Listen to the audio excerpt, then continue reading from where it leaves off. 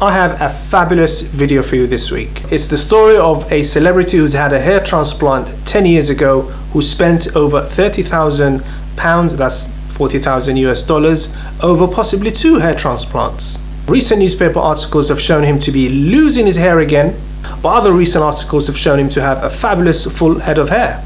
What is going on? Can we consider this 10-year-old hair transplant a success or a failure? We're going to dissect and analyze, and you're going to learn more from this one video than you can from reading 10 blog posts or articles or forums. Keep watching. So let me give you some background on the story. The celebrity involved, his name is Wayne Rooney. He's a footballer here in the UK, or as you say in North America, a soccer player. He had his first hair transplant back in 2011 when he was in his very early 20s, maybe 21 or 22. Sorry, actually, it might have been a little bit older, maybe 24. But it's still very young. So let's start by going all the way back to see what his natural hair looked like before he started losing his hair. I think this is him aged 18 or 19, and as you can see, the hair in the corners, I mean, it's starting to kind of maybe recede a little bit, or that could be just his natural hairline, but there's no sign of any obvious balding hair. You wouldn't really expect it at that age. And I think this is him aged 20 or 21, and you can already see that the hair loss has really accelerated. The front is extensively bald now, especially in the corners, and he's getting that little island at the front. I mean, he's in the position that some young men are in, that they start to lose their hair far too early. So now let's look at some pictures of him just before his procedure, just before his first hair transplant in 2011 and just after. So let's have a look at the pre-operation pictures, and we'll start with his donor area here at the back. You can see the donor area looks fine, looks fairly strong and fairly healthy. Unfortunately, we can't really see the sides, so the donor area is looking good, but have a look at the crown. I mean, the crown is already thinning. You can see these kind of channels are starting to open, so you can tell that this area here is actually progressing. This area is already quite thin, if you can see the shades.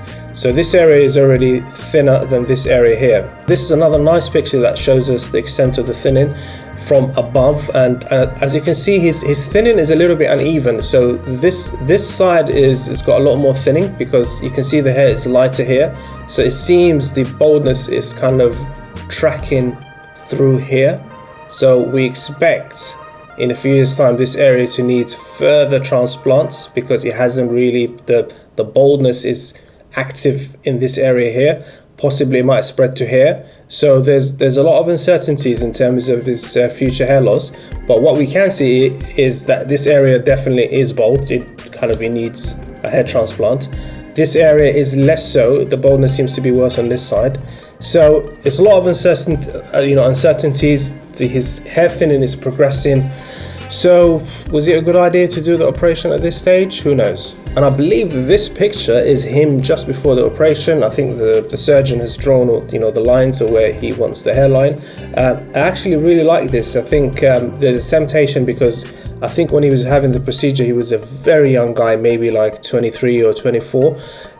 Maybe there was a temptation to bring the hairline really down, like something like hair, which would have looked completely unnatural, and it would have looked weird, and I just don't think it would have been a good idea. So I really commend the surgeon in keeping the hairline like nice and high and conservative.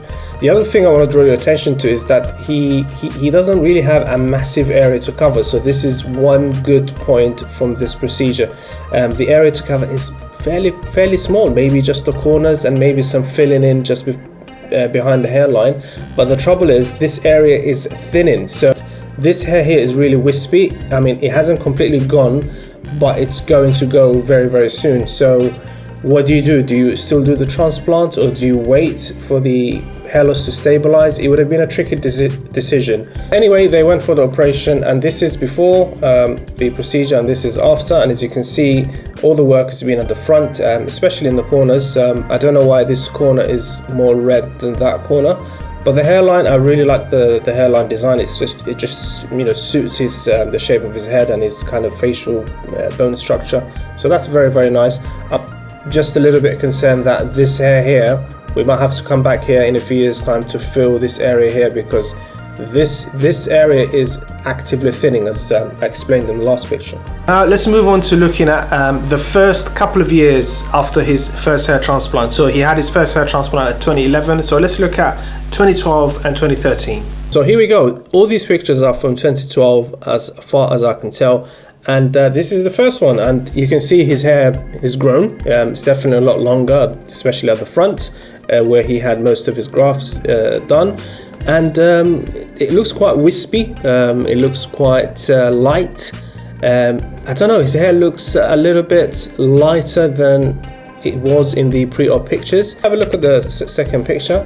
Here it looks fantastic. The hairline definitely has shape.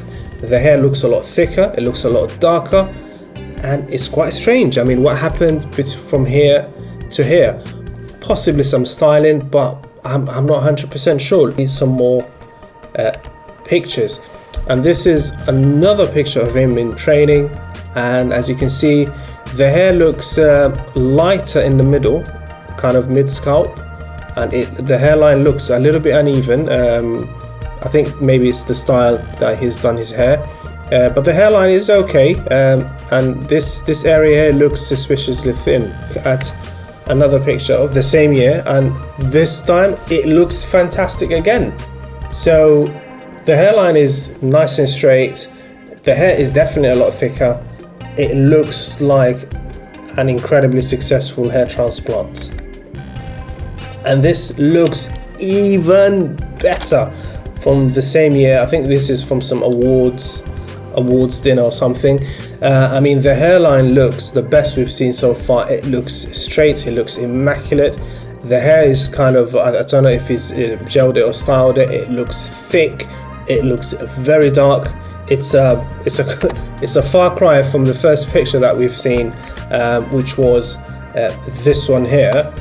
I mean, here it looks more like a toupee. It just looks like it's been planted on his head, and here it looks like it's actually growing from his head. It looks amazing. And in this one, to be honest, the hair transplant is looking like a mess, because the hairline is still there, sort of there, but the area behind the hairline, the mid scalp, is looking extremely thin. In fact, you can see the scalp right through. So I'm not sure what happened, but the hairline is definitely still there, because we can see the strands of hair kind of, it's kind of a sort of a fringe forming. So not really sure what happened here.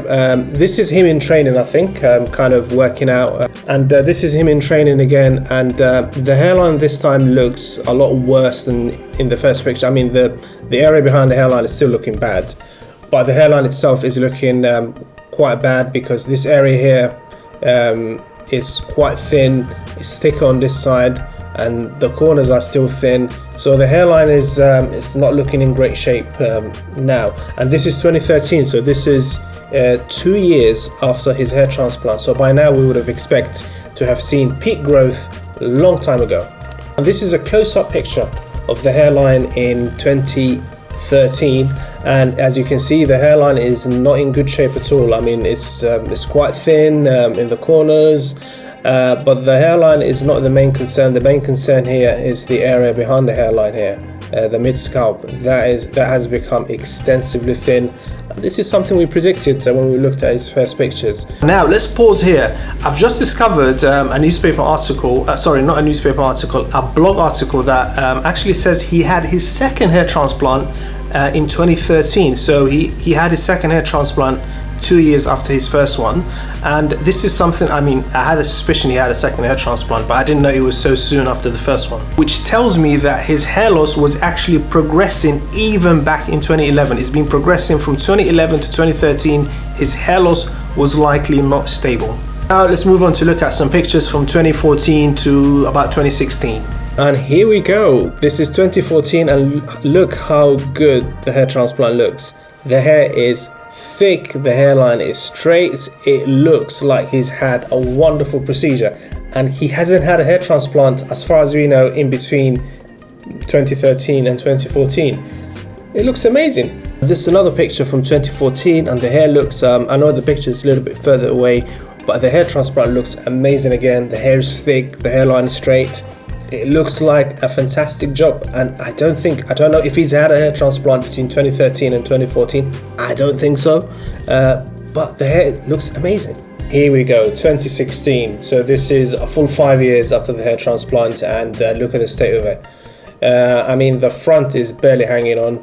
There's some hair there, but even that is somehow looks thinner. But the area of concern is the mid-scalp and the crown. I mean, this is extensively thin now. It has progressed very, very badly compared to when we saw the pictures earlier on in the video. Having said that, in the same year, in 2016, the hair looks like this. I mean, he went from this, and in the same year, it's looking like this. The hair looks thick, the hairline looks good. So what is going on? And now let's look at the most recent set of pictures, which are from kind of 2018 to 2020, just in the last couple of years. This picture is from 2020, I believe, and the hair again looks great. It looks short. The hairline design is good. The style is good. The beard is looking sensational. So again, this looks like a successful procedure. This is from 2020, and where has all the hair gone?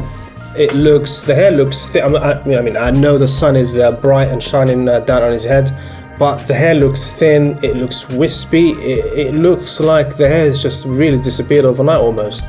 So what is going on? So what do we learn from Wayne Rooney's 10-year hair transplant, and what can you learn for your next hair transplant? Well, I have 4 main conclusions. The first one is that he had his hair transplant very, very young, at the age of 23 or 24, and his hair loss was actually accelerating. It was progressing, so it was inevitable that he was going to need a second, maybe a third hair transplant. Which brings us to the question of whether his surgeon should have gone ahead with a hair transplant. It's a difficult one because he was extensively bald, but on the other hand, his hair loss was actually accelerating. So maybe, in my opinion, it would have been better to wait about 2 years, maybe 3 years. The second point is regarding medication. And I mean, I know he's a sportsman, and there's restrictions on what type of medications he can use. Sports people get tested all the time. The indication is, by the way his hair loss was accelerating, that he was not using any medications, things like Regain or finasteride, which he may not have been able to use anyway. And it just shows you that medications play a vital role in, number 1, maximizing the results of your hair transplant, and number 2, minimizing the chance that you're going to lose further hair and that you're going to need a second, a third hair transplant. By the way, if you're watching this video and you're thinking, okay, I don't really want to make the same mistakes as this guy has done, I want to do my research properly, I do hair consultations, private one-on-one hair consultations. So if you are keen, if you are interested in this service, it's a paid service. Links in the description below. The third observation is regarding the mystery of why his hair transplant was looking really thin 1 month, and then the very next month it was looking thick and luscious. I think it's because he's been using hair systems or hair fibers. And I think he had an amazingly skilled stylist or somebody who's really experienced with hair fibers and hair systems. This is one of the best things about this hair transplant. It just shows you that if you combine a decent hair transplant with a skilled use of hair systems and hair fibers, you can have amazing results. Of course, the hair fibers and the hair systems, you can't really wear them every time, all day long, and this is why he probably all his pictures where he looked really thin were when he was training, when he was actually outdoors training. And that makes sense, because who wants to go to the hair stylist for 2 or 3 hours just before training? It makes no sense.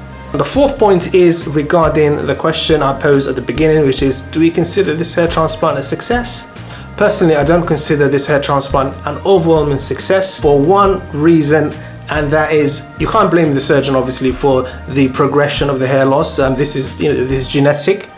But having said that, the hairline where the bulk of the grafts have gone in is actually looking quite thin as well. The hairline should not be looking thin, because that's where most of the grafts have gone in the first procedure, where the best donor hair was available. So if everything else has progressed, I think the hairline should have held steady, and the fact that it hasn't tells me that the hair transplant was not a complete success. Anyway, that's my opinion. What do you think? Do you consider this hair transplant a success? Tell me in the comments below. Here are some videos recommended especially for you. See you next time.